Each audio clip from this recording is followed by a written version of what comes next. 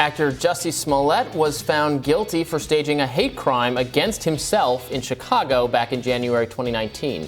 The judge said that while Smollett wasn't money motivated, he craved attention and thought he could boost his profile by tapping into the social justice movement. Here's Judge Lynn with the details of Smollett's sentence.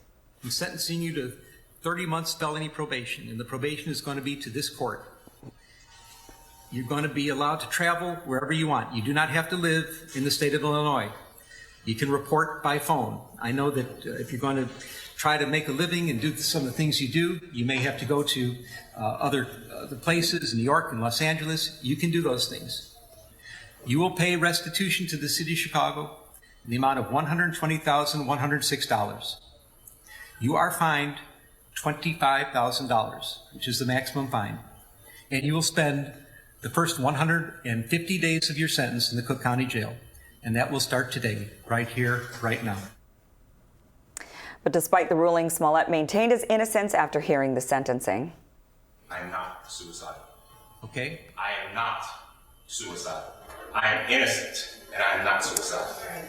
If I did this, then it means that I stuck my fist in the fears of Black Americans in this country for over 400 years and the fears of the LGBTQ community. Your Honor, I respect you and I respect the jury, but I did not do this. And I am not suicidal. And if anything happens to me when I go in there, I did not do it to myself. And you must all know that. Chicago Mayor Lori Lightfoot weighed in on the ruling, saying, quote, "The criminal conviction of Jussie Smollett by a jury of his peers and today's sentencing should send a clear message to everyone in the city of Chicago that false claims and allegations will not be tolerated. The city feels vindicated in today's ruling that he is being held accountable and that we will appropriately receive restitution for his actions." Interesting, he thinks he's going to get Epsteined, huh? Yeah, that was, I don't know what he's... Well, he's probably afraid. I mean, going to prison, jail. He's going to jail. He's not going to prison, but that's got to be very scary. It's frightening. Yeah. Horrifying I'm for anybody. sure he's probably worried that people will retaliate against him. So it's not necessarily that he's, maybe into some conspiracy, but just thinks that people will be angry that he staged this crime or this. And among the many human rights abuses inherent in our criminal justice system is the refusal of the system to root rape out. Like we have an entire federal law, the Federal Prison Rape Elimination Act, which is just not at all taken seriously by anybody. It is against international law. It's a human rights abuse to have a system in which you are so likely to be sexually assaulted. It's so not taken seriously, like you're allowed to joke about it. Right. It's a subject that it's terrible. A taboo. It's a horrible thing that gets joked about. It's criminal. Yeah, I don't know. Look, I don't know exactly why he needs to go to jail at all. Like, what he did was bad. Absolutely. We've made fun of him a lot on the show. We've criticized it. He's being punished for how big the news got, for how resonant the story was at first with the kind of social justice side of things, how hate crimes are out of control, look at this, even someone like this is being targeted, and then it turned into this is part of the kind of lies of someone trying to capitalize on this and smear all Trump supporters as racists, etc. So I understand certainly the anger at him, but I think jail is for people who are a threat to society. We have to lock people up because they might harm you physically.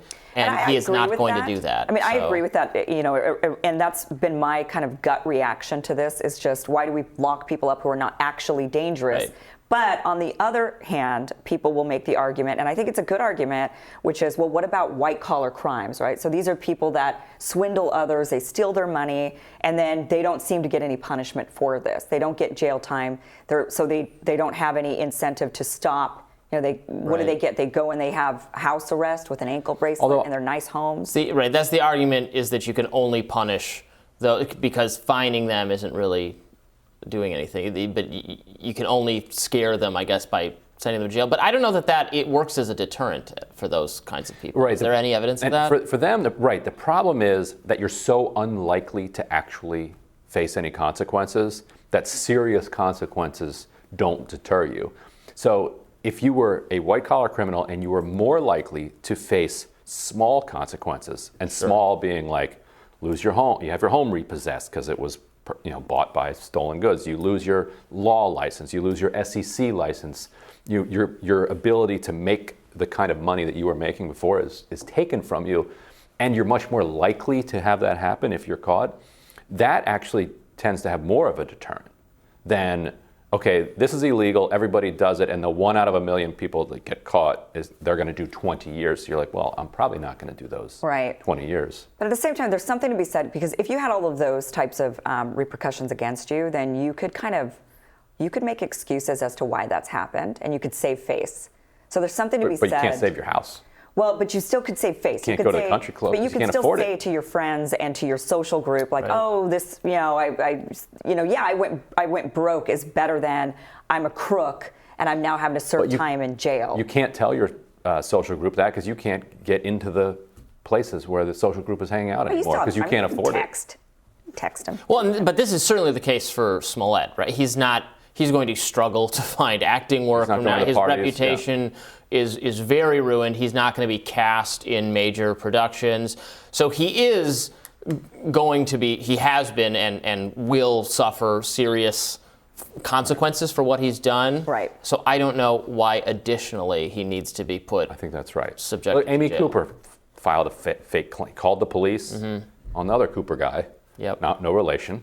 Yep. And they decided, we're not going to put her in jail. Yep. She lost her job. She's became the most reviled person in America overnight. Yeah. I think most people were fine. It's like, okay, she doesn't also need. I felt the same way about this, although it was a little harder with the what's her name, Lori Loughlin, the school, the admissions scandals, people, right? And that is very wealthy people. So how do you actually punish them for what was reprehensible moral conduct, if not jail? But even so, it's like people who are locked up. You should only be. That's just my philosophy. You should only be locked up if we have to lock you up because there's a serious risk you're going to harm someone if you're not. But then you're only locking up people who are not only dangerous, but then more poor than anything. Because there's a correlation between dangerous and poor, right? The people who tend to be down on their luck are maybe having psychiatric issues or drug abuse and are more prone to violence. So yeah, we do. But even for those people, 90% of those or so would be better off with very short sentences. Like that's the other thing. Yeah. That I agree with that, but the issue then becomes this happens a lot, right? When somebody gets let out and they do reoffend. Right. Some of those, which is not a common occurrence, but it does happen. But then it makes everyone fear. How was this person back on the streets? They committed this crime. Why weren't they in jail for the rest of their lives? Even though most people, you're right, but we get very skittish and afraid when it does happen. And the same argument for the white collar criminals also works for many of the others. And the what's the name for it? Swift, severe, and certain. It's like, so right now, if you're on parole or probation, there are 10 pages of things that you can't do. And most people are going to do some of them. And they're just assuming that they're not going to get caught, because some of them are completely outrageous, like violations of your just general liberty. Like, you can't be around a felon. Like, how do you know? Like, I don't know everybody's criminal background. And so what the swift, severe, and certain says is you have a very small number of violations, but if you violate one of them, you're going to get thrown in jail for 24 hours, and you know that for a certainty. And it turns out that if people know with a certainty that this is going to happen, then they stay away from those particular violations. It's when you are asked to gamble, well, am I going to get a drug test on Tuesday? Maybe, maybe not. Will the drug test lead me back for 6 years in prison? Probably not. So, okay, I'm going to do X. Yeah. No, that's absolutely right. There's so much that goes into these probations. They're crazy. There's a lot of change that needs to happen, obviously. Yeah. But at the end of the day, I think the big question when it comes to this particular case is, was the sentence too harsh or was the sentence too light? Yeah, I think it was too harsh. I think it was too harsh. I'm a libertarian. 5 months is too much. Yeah. A week would be fine. Maybe a week in jail. Maybe a week in jail. If you need jail, like a week. He'll never forget that. Yeah. And keep him safe for that week. Like, it's our responsibility. If these people are in our custody, it's our responsibility to keep them safe. Yeah, and I think he might have been worried about also the system lying about it. So something happens to him in jail, and then they cover it up, and they say, "Oh, well, he was asking for it. He was Yeah, he committed suicide. I don't know if they would say he was asking for it, Ryan, but he committed suicide. It might be the excuse that they made. The public would say he was asking for it. He shouldn't have been in there. You don't want to get sexually assaulted in prison, then don't go to prison. Like that's the caliber of kind of just for a lot of people, I think hostility that people have for the until they have a loved one that they themselves know that went to jail or prison. But this is such a self-inflicted. He faked a hate crime. He was trying to get famous, and he certainly did that, didn't he? So poorly thought out. Such a but tragedy. But it worked. I know his name now. I didn't know it before. Yeah. Well, he certainly made himself more famous. You weren't watching Empire? I wasn't. Oh, man. That's a good show. All right, well, Facebook, we have to move on here, but Facebook has a new policy surrounding Russia, and we're going to discuss that next. Because it's crazy.